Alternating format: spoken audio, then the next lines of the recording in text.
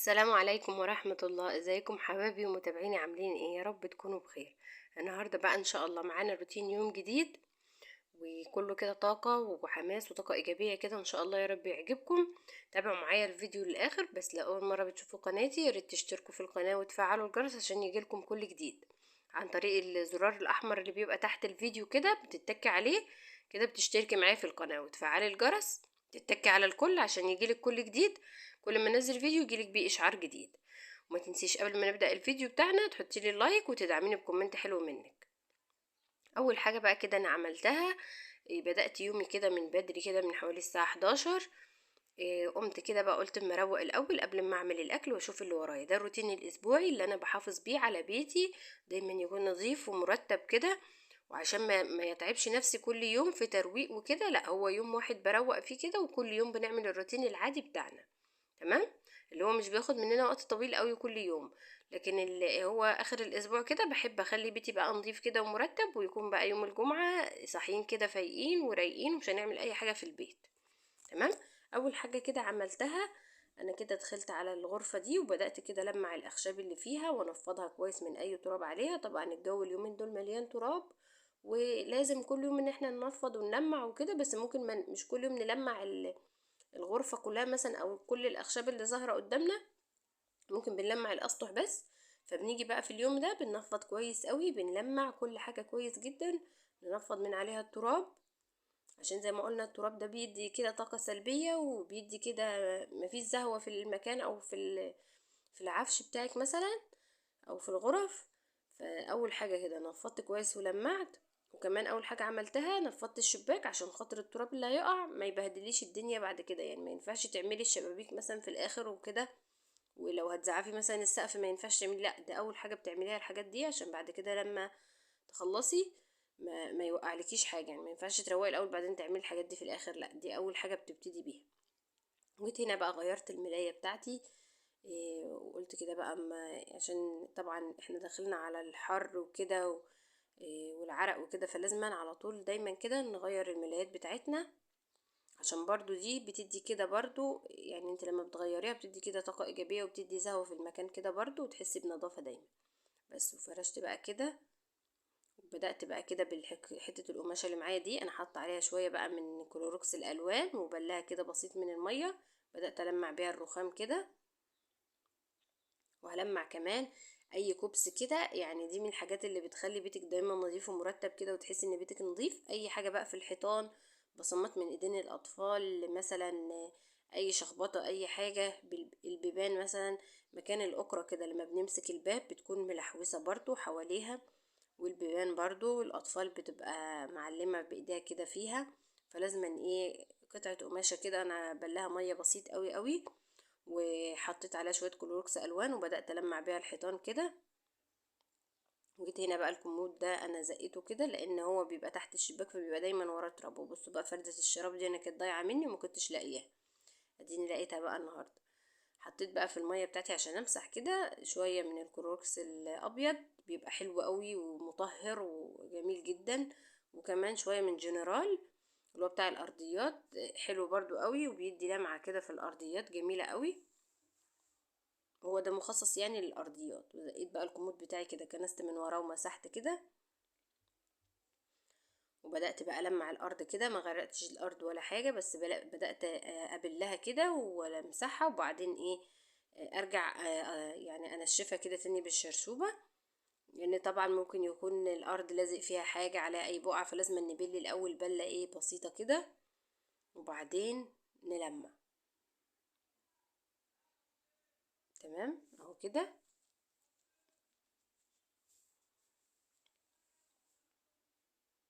بس بقى كده خلصت الغرفة بتاعتي ورجعت حطيت المفرش. بصوا المفرش ده كان فيه منه تاني للكومود اللي هو الصغير ده، بس هما ضايعين مني. انا مش عارفه بصراحه حطيتهم فين، ما لقيتش غير الكبير. بس ان شاء الله الاقيهم بقى على العيد الكبير كده، هحاول ادور عليهم عشان ايه يعني نفرشهم الطقم كله مع بعضه كده. تمام. وما حطيتش بقى السجاد لان الحر بقى وكده، فانا مش بحب احطه قوي غير ايه مثلا في المكان اللي بنكون قاعدين فيه عشان الاطفال وكده ايه، يعني مكان البلاط ما يكونش ساقع عليهم بالليل وكده. فانا شلته بقى من الغرفة دي وهبقى ارجع افرشه تاني ان شاء الله يعني. وجيت بقى هنا على الأوضة التانية كده، بدأت برضو بالشيش كده والسلك اللي هو الخشب بتاع البلكونات ده، بدأت انفضه برضو، وبعدين بلمعه كده برضو بحتة قماشة برضو مبلولة وعليها شوية كلوركس ألوان، بيطلع أي بقعة معاكي في الخشب أو في الحيطان. يعني كلوركس الألوان بيبقى حلو قوي وبيطلع البقعة معاكي بسرعة.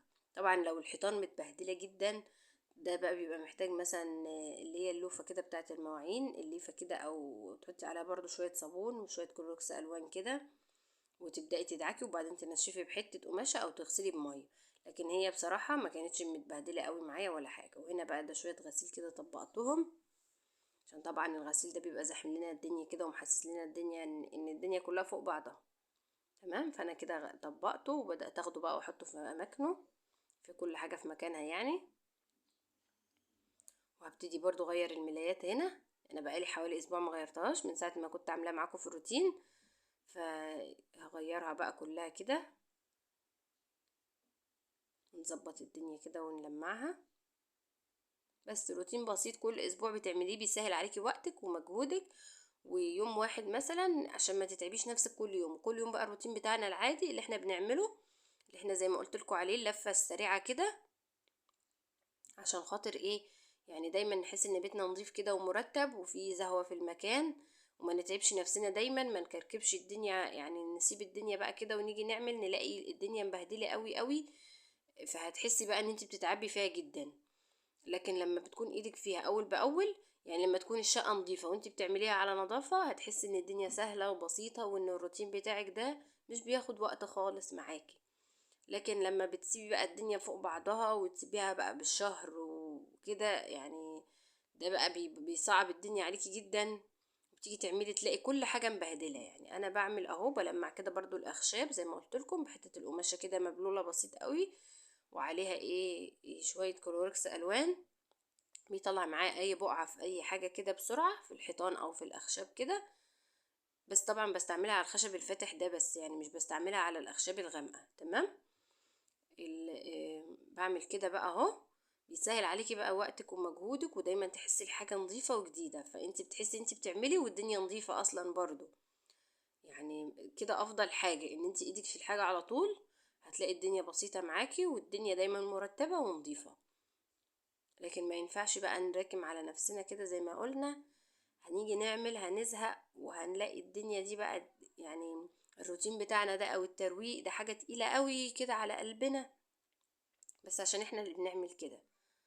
تمام، وبس كده ظبطت بقى الملايات بتاعتي كده، غيرتها برضو، وجيت هنا على الحيطان برضو.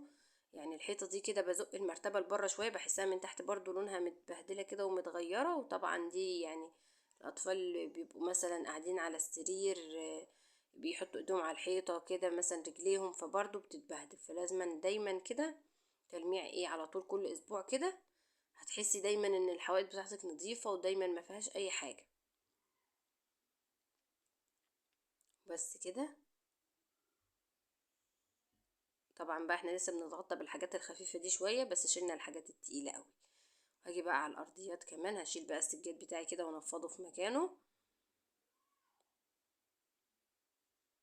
او كده، عشان طبعا لو في اي تراب ولا اي حاجة انا بحب انفضه كده. التنفيضة دي في مكانه وهو مبروم كده بينزل اي حاجة فيه تراب او كده، يعني ما فيهوش حاجات كتير. بصوا شوية التراب اللي طلعوا من الغرفة، يعني هم حاجة بسيطة جدا، طبعا بقى من الاطفال وجريهم ولعبهم وكده.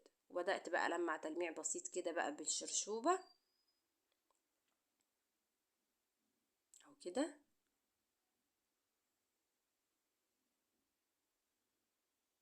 نلمع بقى الارض كويس قوي، مش بنشيل بقى حاجه من مكانها ولا بنزق ولا بنعمل. احنا لسه عاملين بقى الكلام ده كله ايه قبل العيد طبعا في رمضان وكده، فمش بنعمل الكلام ده. وان شاء الله هنبقى نعمل روتين بقى كده جامد في كل غرفه، هنشيل بقى ونعمل الحاجات دي. بس باذن الله بقى على العيد الكبير كده، طبعا لازم نعمل الحاجات دي قبل كل عيد يعني. وكل فتره طبعا بنعمل الكلام ده. بس كده. وبرضو جيت على البيبان زي ما قلت لكم، تكون بقى من مكان الأكرة كده، لما بنيجي نفتح ونقفل طبعا بتبقى معلمة كده، مثلا ممكن تعمل أي لحوسة، فلازم دايما كده إن احنا نلمع الحاجات دي.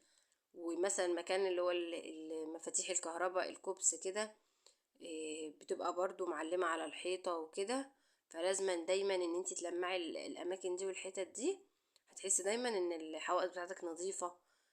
البيت كله نظيف، لكن مش هينفع ان انتي تروقي مثلا وكده وتسيبي الحيطان ملحوسة او عليها شخبطة او عليها كده.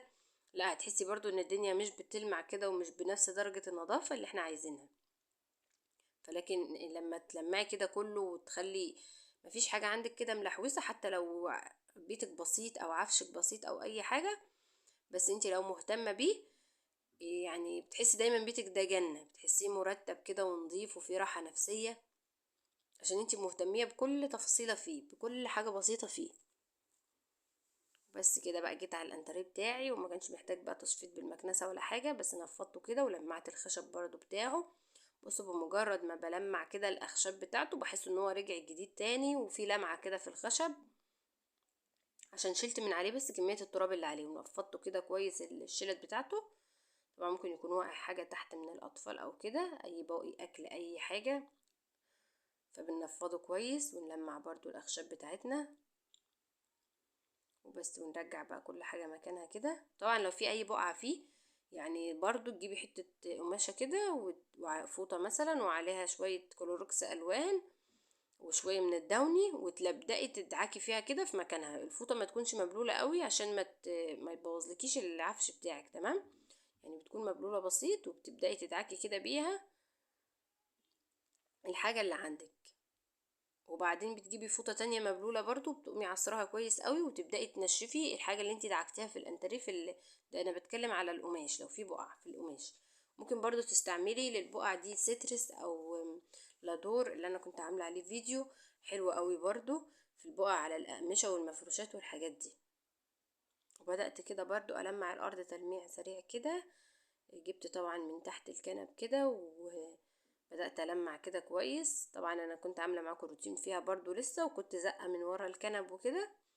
بس طبعا احنا الحاجات دي مش لازم كل ما نعمل نزق ونعمل، غير كل مثلا فترة، كل مثلا شهر، كل أسبوعين 3. لكن دايما بقى اللي هو الروتين الأسبوعي اللي هو بنمسح كده وبنلمع وبننفض، عشان برضو نحس ان في كده طاقة إيجابية في المكان وفي نظافة.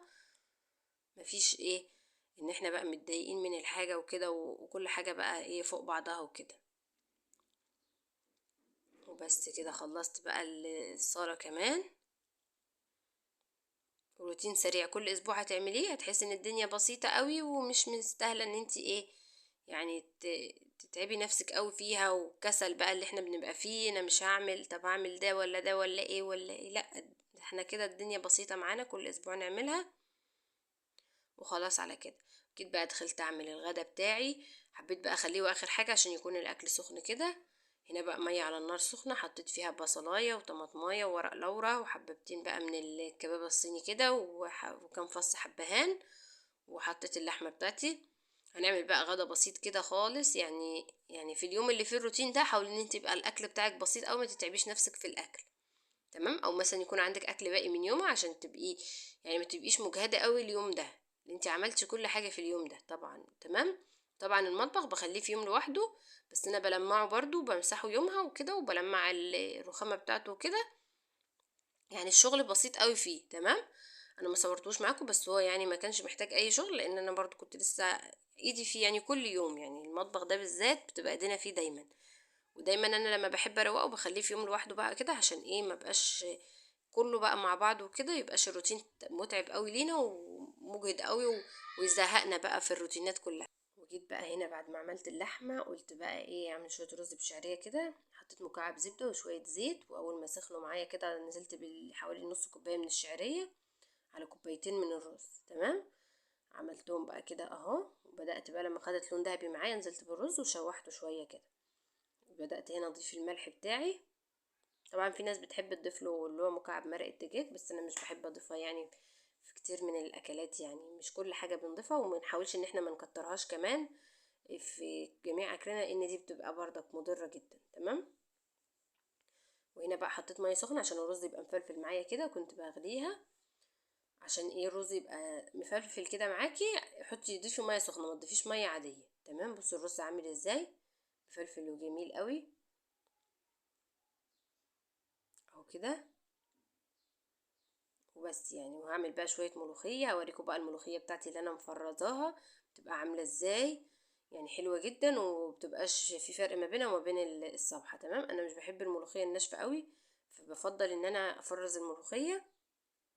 هي طبعا اليومين دول موجودة وطلعت خلاص وموجودة بقالها فترة كبيرة، بس انا دي كانت عندي في الفريزر فاستسهلتها يعني، بدل ما اخرط لسه وانشفها وكده فعملت دي.